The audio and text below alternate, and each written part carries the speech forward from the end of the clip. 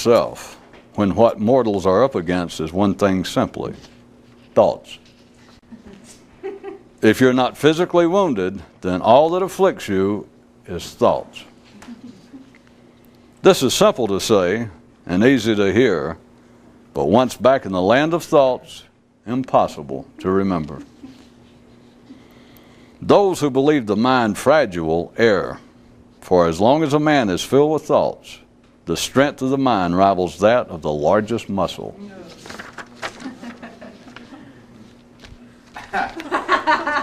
With about the equal intelligence. I know I'm not supposed to be adding personal comments to the news,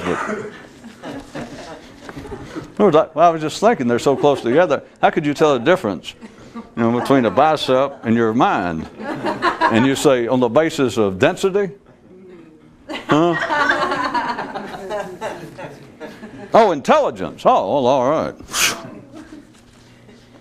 So long as you believe that some of the thoughts that pass through your mind are better or worse or truer or untruer than others, there is simply no way out.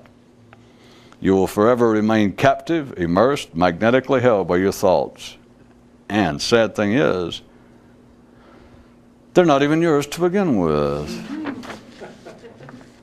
Only the warrior knows that if you trip and hurt yourself when distracted, that you deserve it. And only he who knows it does. The reason that mystical optometrists are so seldom in their office is that they will stick a deserving patient in the eye only once for the same complaint.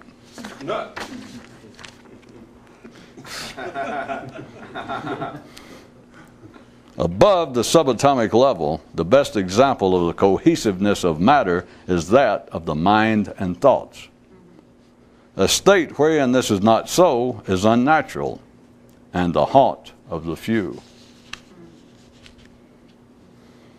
Dreamers of the Enlightenment imagine that it is a matter of having the knowledge to achieve it, whereas the truth is that it is all a simple matter of strength, if you call going against the natural order of things and attempting the impossible a matter of strength.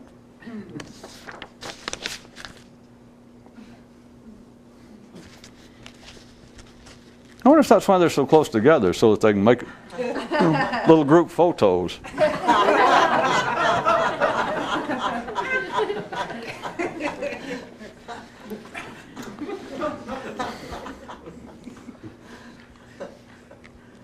Men in captivity will not perform as good as those who believe themselves free.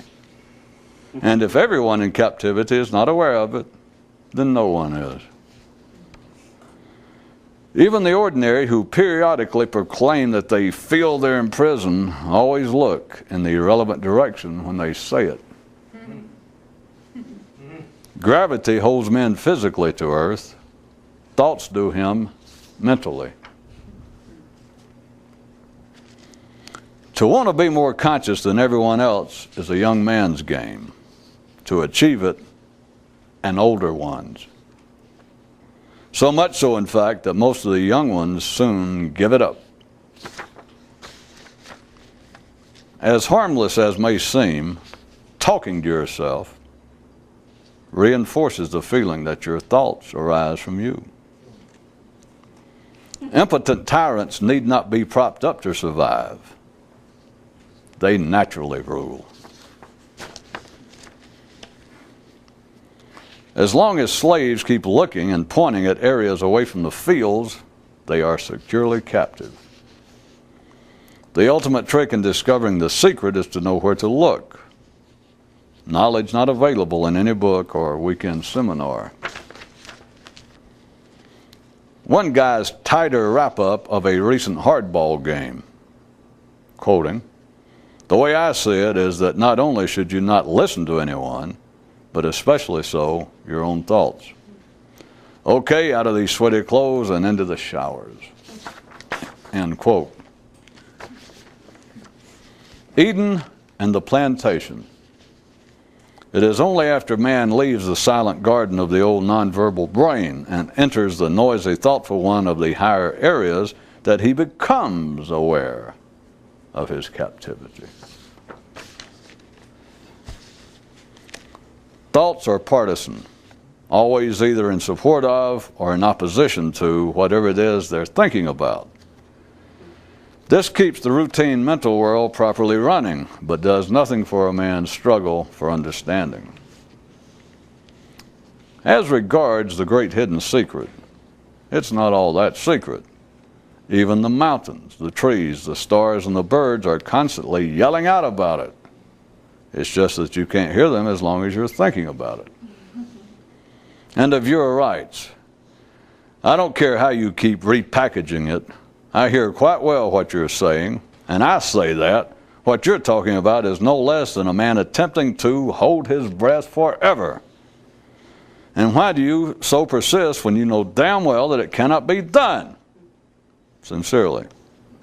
From his view, he is correct. And yet, the secret continues to call. Once you plainly see what it is that keeps you where you are, you'll then understand why all criticism is to be avoided. All? Yes, all. And having nothing to do with questions regarding the justification of the criticism, but rather with the adhesive nature of that activity that criticizes. Push and pull makes the world go round, but push and pull keeps a good mind down.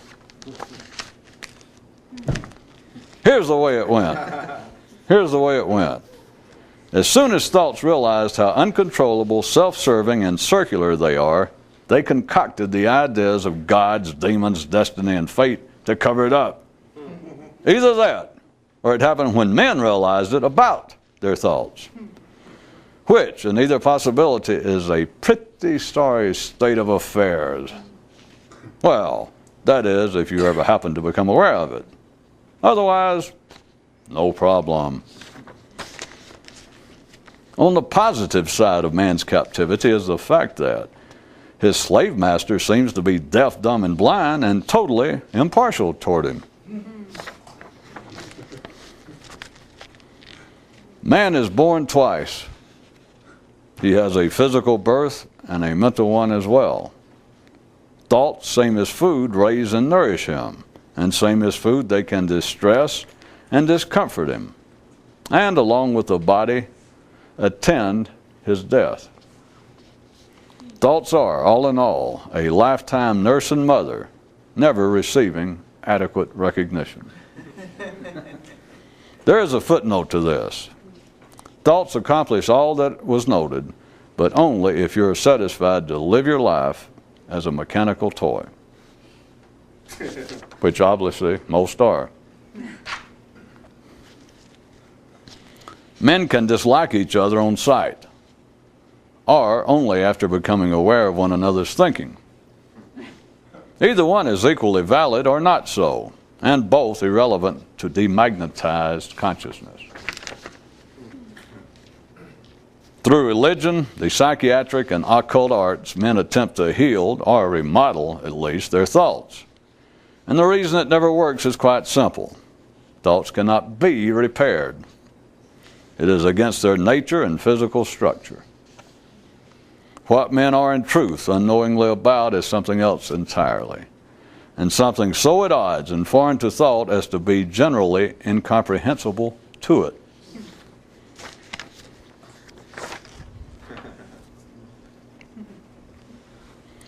The history of the mystery, never written, is that most who undertake it give up before they ever realize its simplicity. Thus, all out beating the bushes and their chests, proclaiming the occult complexity of the struggle, are those who long ago abandoned it. From one view, there is something to be said, if in an imaginary battle, for believing that you are faced with a multitudinous opponent. It makes resignation more tolerable. No. If men could look at their minds in the same way they can their stomachs, there would be no such things as mental problems. But since they can't, tough shit, take off your shorts, and call the doctor. Now for this. What it takes to remain in the dark. The stupid never get it. So all you got to do is stay stupid.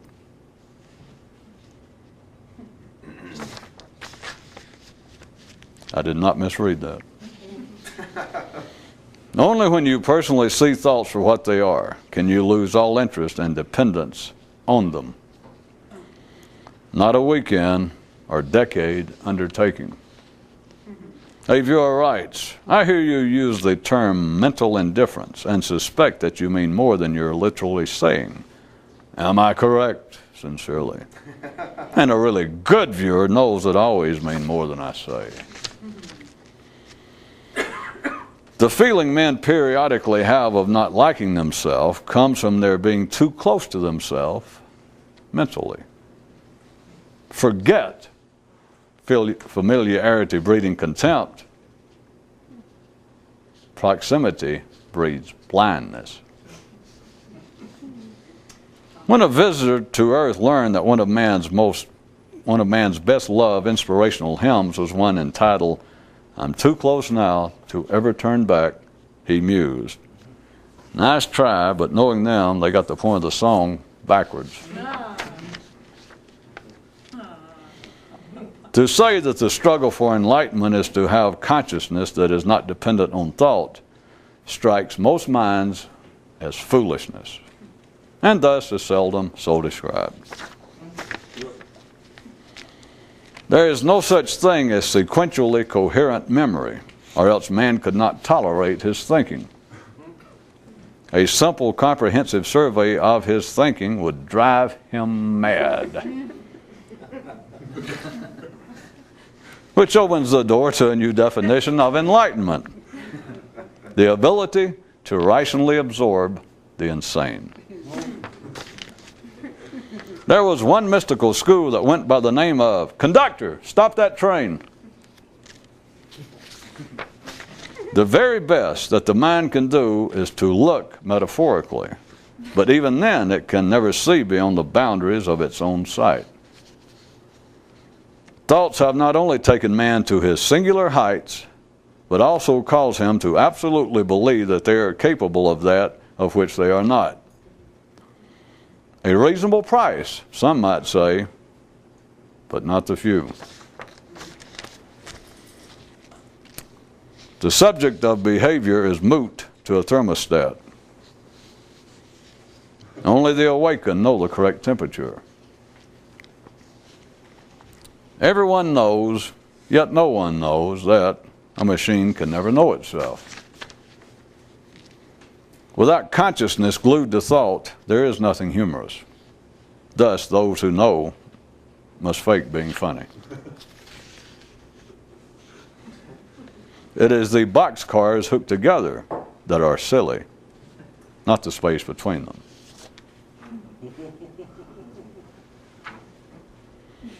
The benefit of being a warrior is in being alert. And if you're not, then you're not one. Now, are you? Huh? Huh? You could explain what this is all about until atoms wear out, and still the mind will say, huh? There was once a mystical kennel by the name of Down Boy, Down. What say we go on and get down to the gritty nitty of it? What say? Trying to drag your consciousness off of the eternal, natural, mechanical, magnetic merry-go-round is like trying to drag a merry-go-round off of a merry-go-round. Go figure. Of course, there is nothing to figure, but you can still go if you want to. The recognition of the opposition. When you finally realize what you're really up against, you realize that your problem all along has been that you've been right up against something. Your thoughts.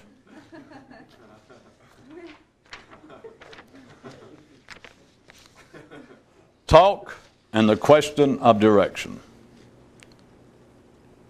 If you talk in circles. Yeah.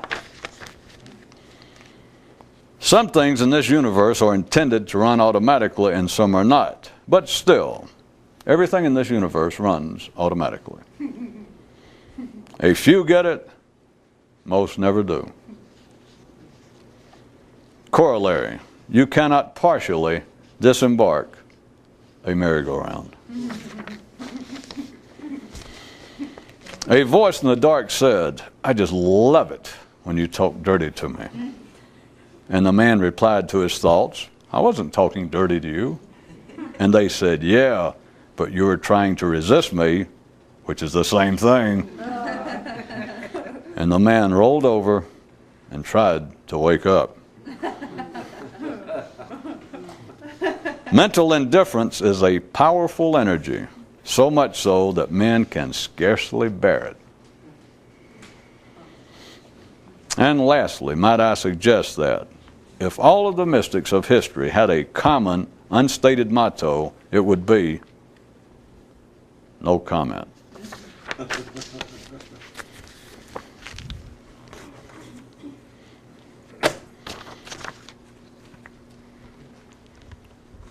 Picking up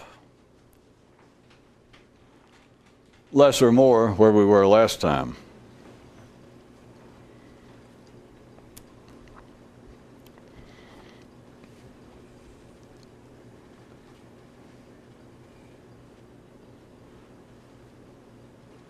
There is a fairly common phrase that is used now on television news shows of all sorts. And the teasers and the openers and the promos for the news show itself or some of these news magazines. And sometimes in the headlines or the covers in print media. It will say, stay tuned or read this issue. And perhaps they will mention some specific subject and perhaps not. It's just a common sort of a sales slogan, advertising jingle for some news shows, but it says, stay tuned tonight, where we'll bring you not only the news, but explain to you how it will affect your life.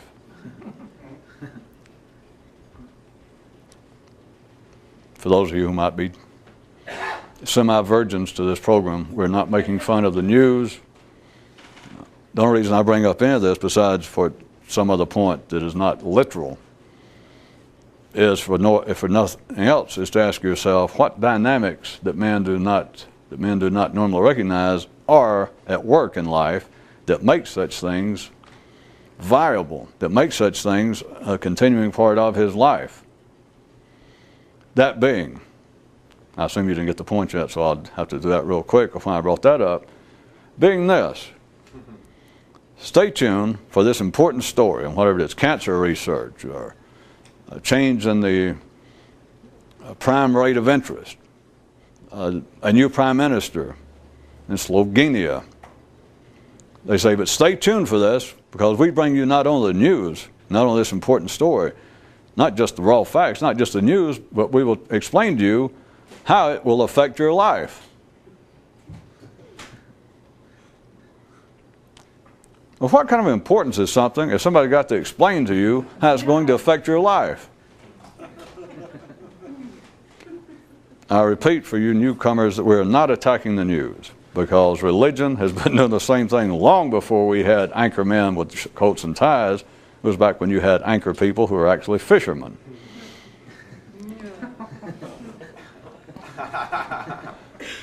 Religion has always done it, but now just a prime example, a good one, of which you're all aware, and the reason I enjoy some of these, if you hear it so common, I assume all of you turn on radio or TV at times, or you read some news media and print, and now it is so common that you no longer even hear it.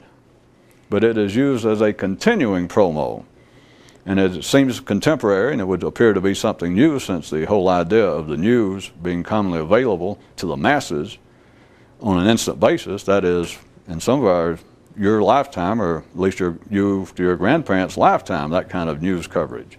But it's an old story of somebody announcing to you that there's important things going on. Like I said, religion has been doing it forever. It's been one of the spokesmen, one of the outlets for this kind of energy flowing from life through man, of someone announcing that there is something important that you don't know, some news that I'll be glad to tell you. Come here in the mosque or the temple or the church, but you need to hear this. And we're not only going to tell you the news, but I am going to explain to you the impact, the effect that this is going to have on your life.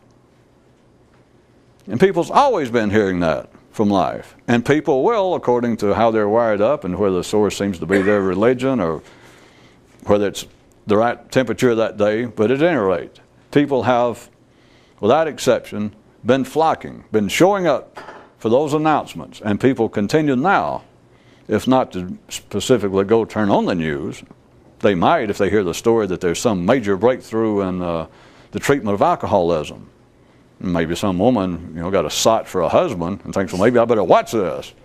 And she doesn't really need to hear it, but they may say it's some brand new research that has been going on for the last 20 years at such and such university has just been released today that may prove the breakthrough for which we have all been waiting in the treatment, if not the cure, of alcoholism or breast cancer, or whatever the hell it is. And they say, so stay tuned, we'll be back in 2 minutes and explain to you not only what this is, and it can be all the way from that to them saying that it's new road construction.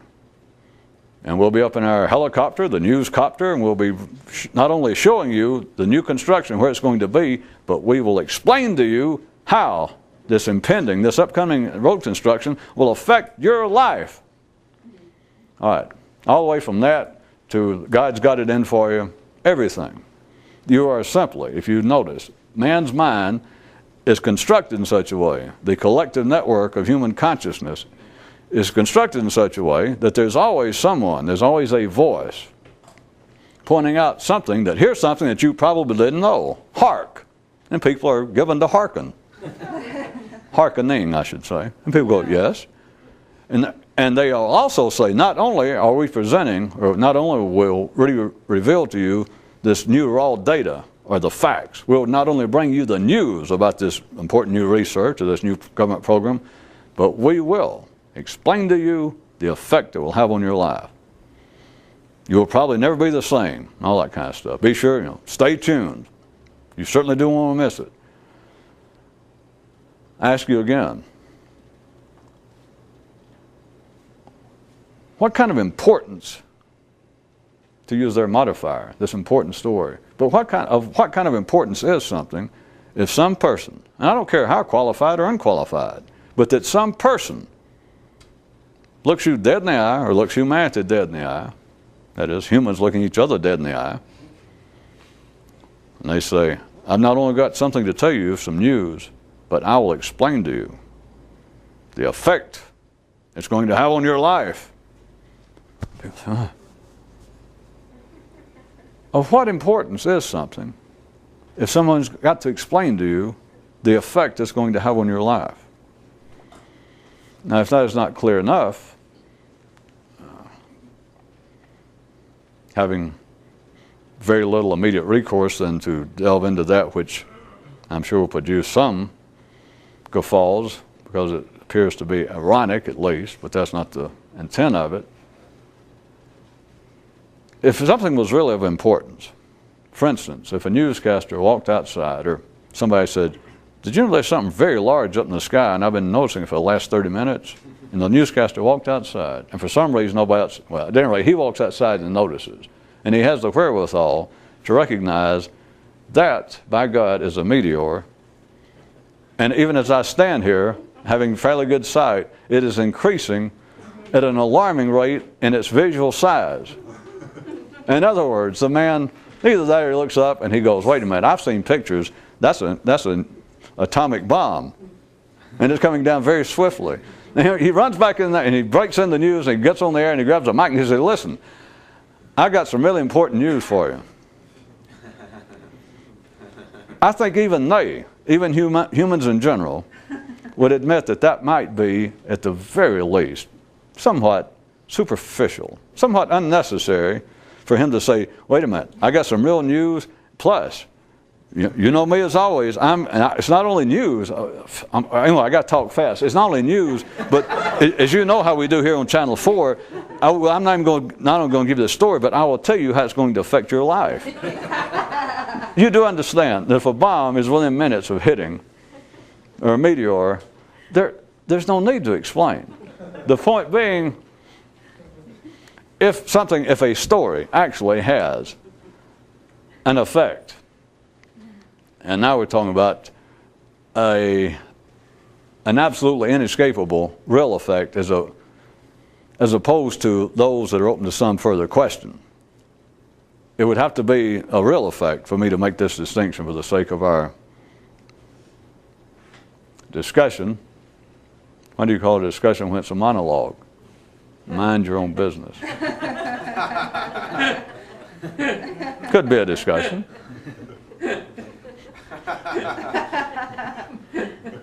Maybe I know a definition of discussion that you don't know. In fact, I know I do, but I'm sure you don't want to hear it because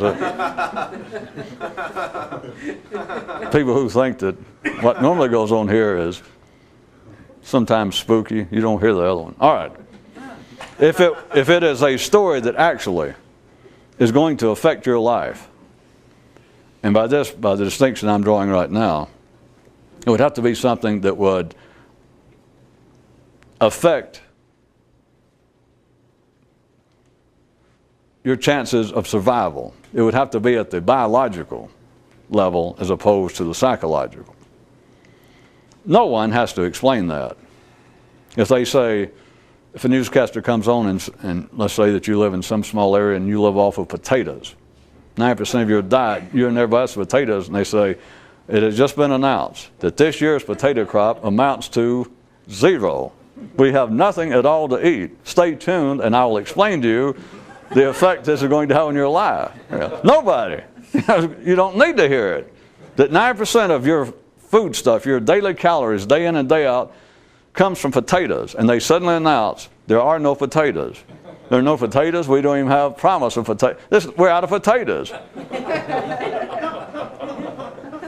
The man is not going to say, and be sure and stay tuned, for more details. Plus, we will explain to you the effect this may have on your life. No.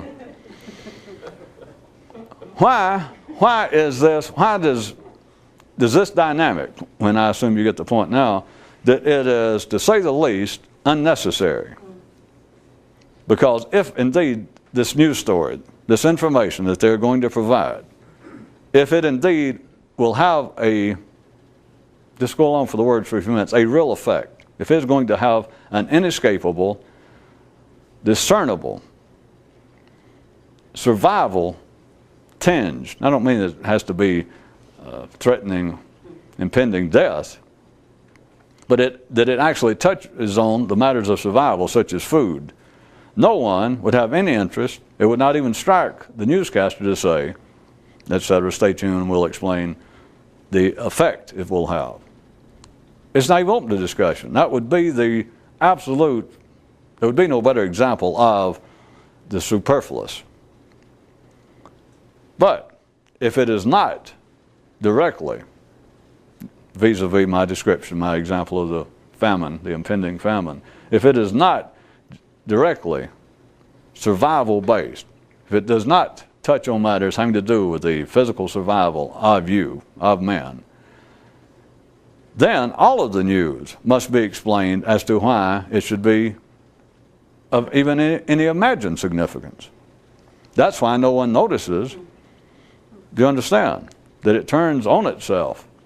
It turns inside out and eats itself before your very eyes while the little children and the adults stand there looking in the cage thinking, what a cute, cute specimen, and believing they see it while the thing, in plain view, in front of everyone, is consuming itself inside out. It was not there to begin with, and now it has eaten itself on top of that. And people still stand there and they nudge each other and say, "Aw," they swoon, "Aw." And then somebody comes by from the zoo saying, "Well, if you wait another 5 minutes, I'll be doing one of my hourly lectures explaining to you the importance, the effect, what you have just seen will have on your life." And people begin to say, can we wait another 5 minutes? People think, do I have a choice? Can I afford to leave?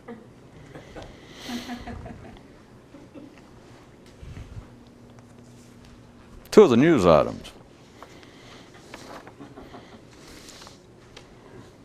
Men in captivity will not perform as good as those who believe themselves free. And if everyone in captivity is not aware of it, then no one is. Through religion, the psychiatric and occult arts, men attempt to heal or remodel their thoughts. And the reason it never works is quite simple. Thoughts cannot be repaired. It is against their nature and physical structure.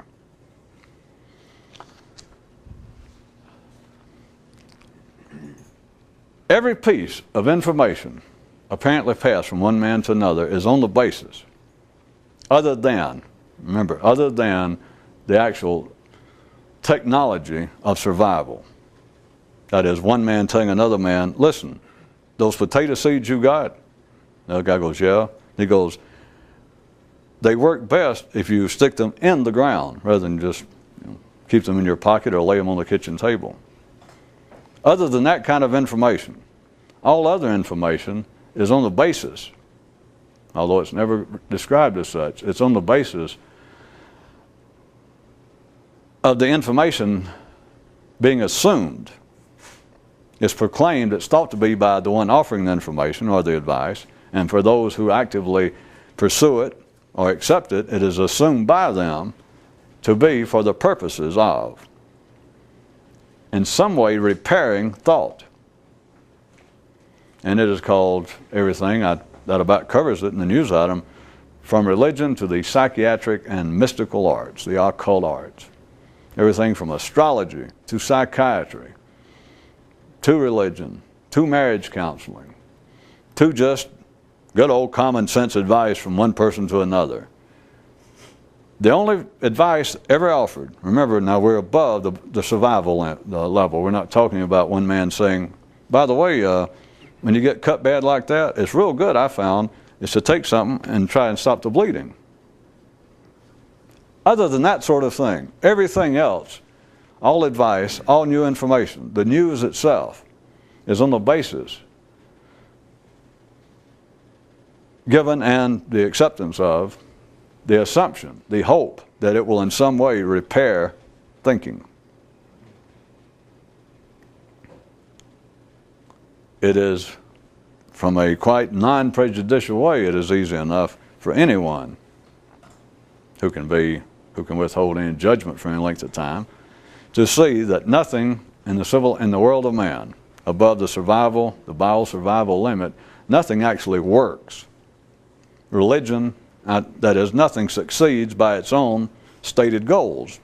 Not ours, not mine, but every organization, all of human activity, the singular human activity above the survival level, they all state goals. Everything from a Irish poetry society, lover society, to a major religion, to a political organization, to an alumni of a university, to a university itself. All human activities that has any extended life, enough that they take on a public form, they have a stated goal. And no organization, no human activity, period, there's no exception. If you can find them, help yourself. Press on. No human activity, by its own definition, by its own stated goal, ever succeeds. It's not criticism, it's a fact. Religion never succeeds, no religion succeeds. Psychiatry does not succeed. Penology does not succeed. Nothing succeeds. That it states our goal is to do so and so. And you ask them later, be it a year, 1,000 years later, if there's someone that can speak for it, or someone involved who has something resembling momentarily, some balanced view, something just anywhere close to an ephemeral objective reaction, and you say, well, by the way, your goal is to make man a perfect creature, yes? Well, what kind of success rate are you having? Well, we don't really have success rate. I mean, can you find somebody to me that's made perfect? Well, no. There's someone who is in charge of a criminologist, someone who studies, someone who makes recommendations. And you say, what kind of success rate do you have in taking criminals by your definition or by society's definition? What success do you have? I mean, have you found a way now to take people who seem bent, who have proven themselves to be bent on a criminal life, to go against whatever the rules and the laws are, and that you have now found some way to correct that, to stop it? Well, no, we hadn't. That's a fact. Anyone who defends it, anyone who says otherwise in the field, just taking a serious nap, or else you were too accusatory. They simply do not work. They do not succeed.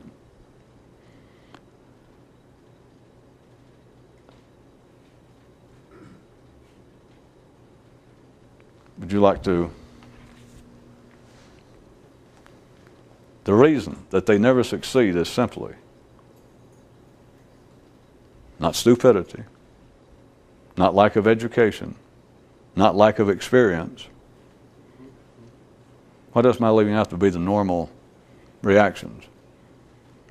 That usually does it. That it's lack of information, that is lack of knowledge. They hadn't been around long enough. But like religion, you can say, well, how long has the church been here? And somebody says 2,000 years. Or you can ask, how long has Western psychiatry been in existence? And I guess most people would date it Freud onward, and they'd say, well, we're talking about a good 90 years now, which is not to be sneezed at. And so but they're normal if you say, well, can you succeed? Does your field, can you reach the goals that your field states, that your activity states is its purpose? Does it work? No, it does not. That's a simple fact. And you say, well, can you explain why after 1,000 years, 100 years, 50 years? Why does it not work? Or in an individual case, if you ask by the way, since I went as far as 1,000 and as short as 100 with Freud, what if it's something even more recent? What it would be. But if it's some human endeavor even more recently, or even an individual psychiatrist, and you say, well, the psychiatry in general, can it fulfill its aims? And the guy says, no. He's not just looking at the fact that we only have 100 years of experience.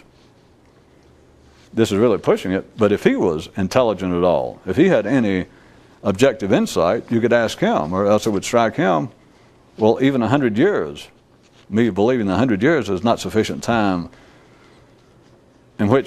for which psychiatry to achieve a position wherein it can succeed. It should strike him, speaking theoretically, of course, it should strike him that, wait a minute, forget the 100 years in psychiatry as a movement or as a whole discipline. I spent 20 years or 12 years in school, and I have been in active practice 20 years, and I can't succeed.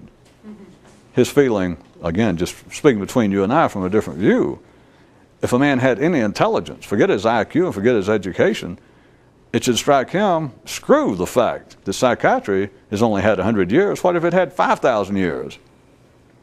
I can't succeed at it, and I've just been doing it less than one lifetime.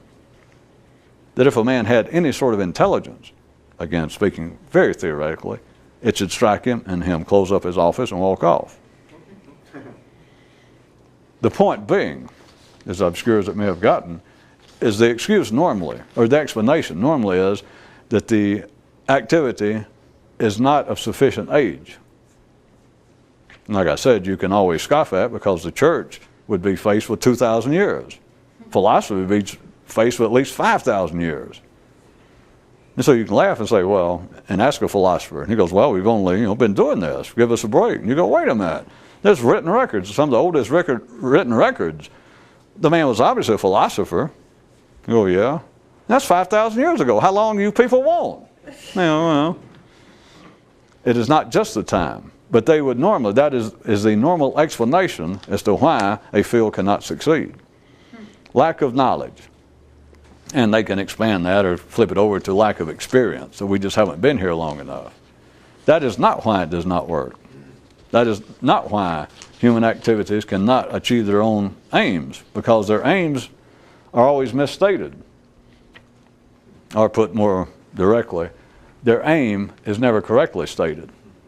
Because what religion, psychiatry, politics, other than at the survival level, territorial disputes, but the idea of politics, the idea of government, the idea of economics, not actual survival of having food to eat, but economics. All of the world of these ideas, all of them, none of them ever state the purpose correctly, because their purpose is to repair thoughts. Once you see it, it's simple. If you went out to get help in life and you had some sort of straightforward view of life, that you were almost conscious without being encumbered with the stupidity of everyone else, including yourself, and you were going to seek help, there's only two kinds of help you would seek, no matter how you try it. You either need physical help or non-physical help. That's all there is. You can ask somebody, you can find a line and say, would you pull that thorn out of my foot?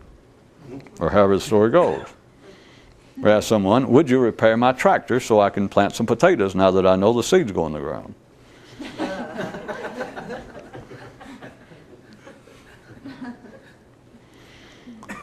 Would you bind my wound? Would you give me something to eat? Would you let me come in your cave and get out of the elements? It's either physical help or the other help is non-physical. The other help then in people's minds splinters into a myriad of areas, and it does not. It's one thing. You're asking for help with your thoughts. And it goes all the way from my thoughts frighten me. So you might seek out a rabbi or a priest who goes, that's all right, things will be fine. Or you feel like my thoughts are broken, they're hurt. And so you go seek out a psychiatrist. Or you might seek out a public metaphysician, an astrologer, a faith healer, a shaman of some kind. But what you're asking for, what you're saying is, the first basis is clear enough, the physical. If you need help, it's very likely, obvious in fact, if you actually need help enough, that if you weren't just some wimp, if you weren't just a village whiner, if you actually need physical help, it's very likely that the person to whom you went to seek help would recognize it. That is, you'd be bleeding, you'd look emaciated, you would look weather-beaten. That if you actually needed help to the point that you sought help, it's very likely, that's not necessary, but it's very likely it would be obvious. I would suggest amongst fairly rational people, decent men and women of some wherewithal, probably in the high 90% of the time, it would be obvious that if you had to seek help, if it was to the point that you had to seek help, I need outside assistance, it would show. Again, it's not necessary, but it's just very likely. The only other area in which you would go to seek help is you're not hurt physically, you're not wounded, you're not sick, you're not overcome by the elements, you're not overcome by physical forces. The other one is just what it says, non-physical. But people describe their soul, their psychology, their psyche, their relationships. God knows what else they've come up with. But it all sounds like that you're speaking at least of different shades of various areas of the human psychic drama. And you're not. You're talking about one thing. There's only one thing isolating the overall life of life itself in an arbitrary manner, in a artificial manner, because life is doing it internally to itself. But be that as it may, a man who seeks help, a man who goes to a priest, a man who goes to an astrologer, anyone seeking any non-physical help does so on one basis. You can forget soul, psychology, everything else. It's just obvious as hell once you see it. It's almost impossible to see. But there's one thing hurting you, and that's your thoughts. They're hurting you, they're frightening you, they're disturbing you. It's all the same thing. But that's generally, that would probably be the two easiest. That cover most people's attitude toward it, is they're either frightened or they feel they're hurt. I feel like either my soul is aching or else my soul is frightened. I either need reassurance. My thoughts, even though they won't call it this, my thoughts are frightening me. Only people fear death. And it's simple to explain on this planet because only people know that death is coming. So if you don't know that death is coming, you cannot talk to a hippopotamus and say, I've noticed you have a pretty devil-may-care attitude. You go, look here, big boy. I know you look in robust health. I see you got 2 or 3 fine-looking mamas there. Some nice little hippo kitties. Your own water hole. I'm going to tell you what, you cocky son of a bitch. You fat son of a bitch. You're going to die. I mean, you think you're king of the water hole now, but someday you're going to die. And within days, you'll begin to rot, and the vultures and the hyenas will get you. You'll waste away to nothing. And within weeks, your family will have forgotten you. And the hippo will still go. Then you realize, wait a minute. He wasn't doing all that in reaction to what I've been talking about. He hadn't even been listening. He just naturally cockier. Maybe he's got a tick.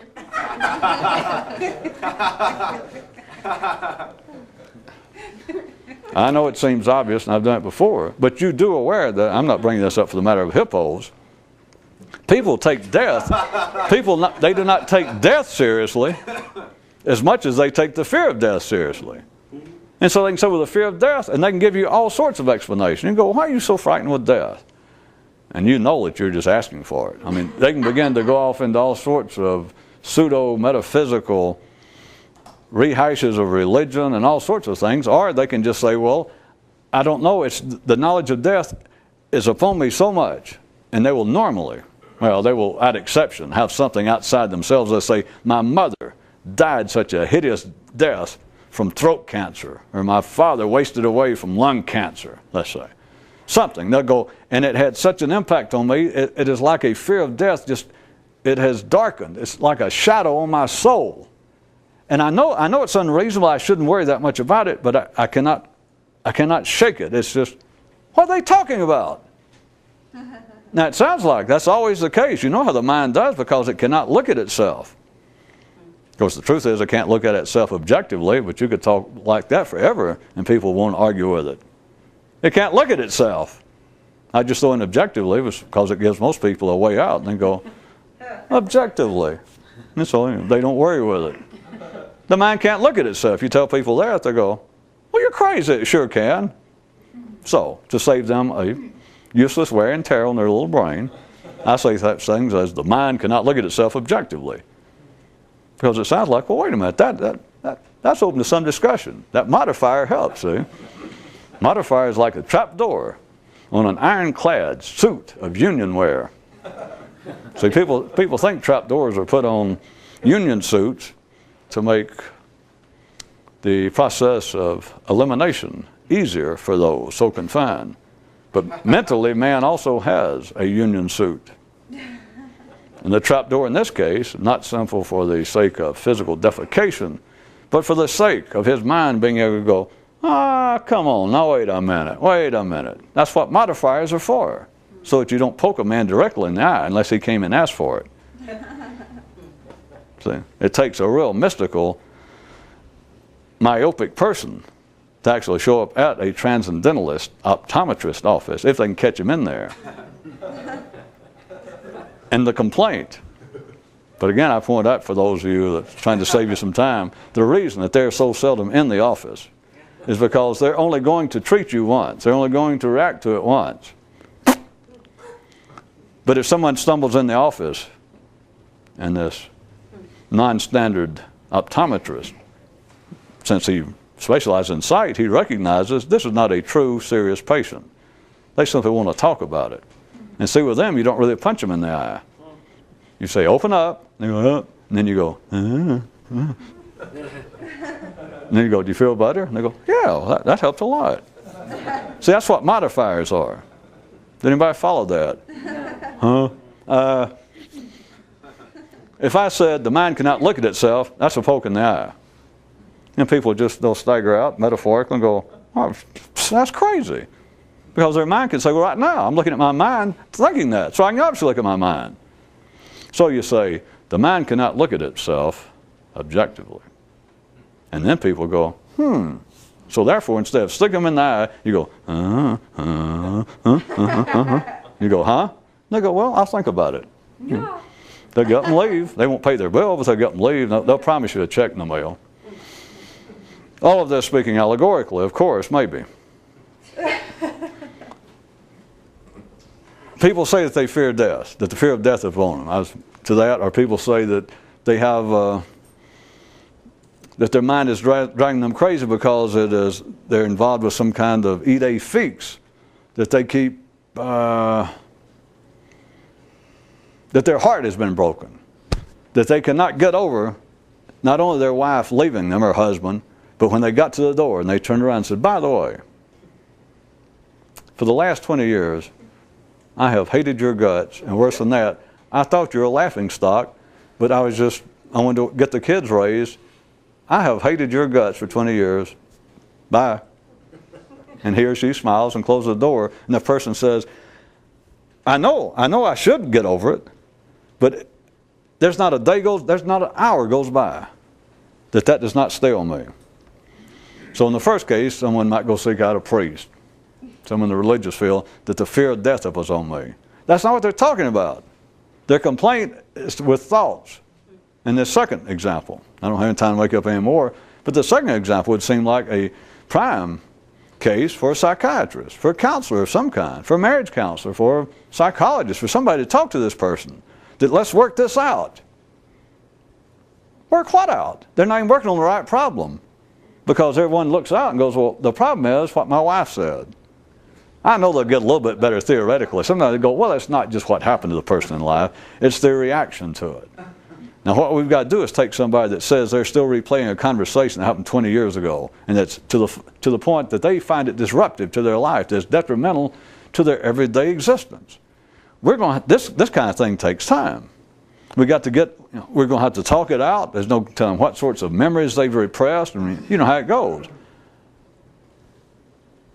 As long as the slave's out there in the field, picking the cotton, picking the corn, as long as you can get them to keep looking off and pointing away from the field, you got them. That's all it takes. It doesn't matter whether they periodically go, it seems like we sure are, limited in our movement here. That doesn't matter. As long as they'll keep looking off and talking about faraway places, they'll never see where they are. So, a psychologist. No offense to a psychologist, but they would take the example of this man or woman saying, well, I have been replaying this conversation to the point it goes on, I can't stop it. I've tried everything. And they go, well, this is neat. We're familiar with that. You're not the first to ever do it, but now you're going to have to, you're in for a long haul, because we've got to work to pull out the memories and etc. It is so simple to a few after a lifetime of work. There's nowhere to look. There are no memories to suppress. Forget the idea of the husband or wife who left you. Forget the idea of my mind lives in a dark,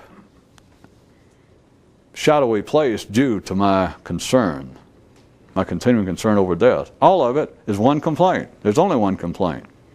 They want their thoughts repaired. Thoughts cannot be repaired. Thoughts are not broken. There's nothing to do with them. What they're trying to do is to partially get off a carousel. What they're doing in the ordinary world, you only got a minute, maybe somebody will get it. What they're doing in the ordinary world is damn near an oblique reflection of what those trying to reach another state of consciousness, or where they normally get stuck. Because the ordinary, in their attempt to be religious, to be mystical, to pursue a life of self-reflection, all of it is their attempt, unwittingly, to repair their thoughts. No matter what they call it, that's all it amounts to. That's the beginning, that's the end of it, there's nowhere else to go with it. You can just keep repackaging it, renaming it, but that's what it is. But now look at this kind of thwarted reflection. People who would normally consider themselves in a certain conscious way, in a certain humble, or at least not exceedingly grand, vainglorious manner, if they're struggling with the idea of enlightenment, they are unwittingly attempting to repair thoughts. Because what they're attempting to do, or what they're operating, the basis on which they're operating is that my consciousness as it is now, my mental processes, are not as they should be. I should be of Buddha mind, Muhammad mind. I should be of a liberated consciousness. And they don't see it, but they're attempting to do the same thing, is to repair that, which not only cannot be repaired, but is not broken to start with. But as long as you do that, you'll never get off the merry-go-round. You'll never get off the plantation. You're not even giving anybody any problems. Because as long as you're on your knees picking that cotton, life doesn't care if you periodically raise up your head and go, by God, I'm had as male and I won't take it anymore.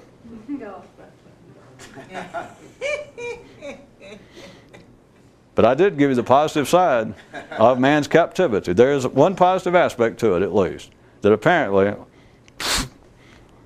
man's slave master is deaf, dumb, and blind and totally impartial toward him. I mean, you've got to be even below the level of an ordinary slave, which some people are, of course, but to believe that life has singled you out for this exceptional bad luck. The rest of the time, an ordinary person, if they can be intelligent at all, they got to recognize, and they will, somebody be whining, complaining about, I just bought this dress and look, the waiter spilled stuff on me, and you can say to people, would you realize there are children starving somewhere?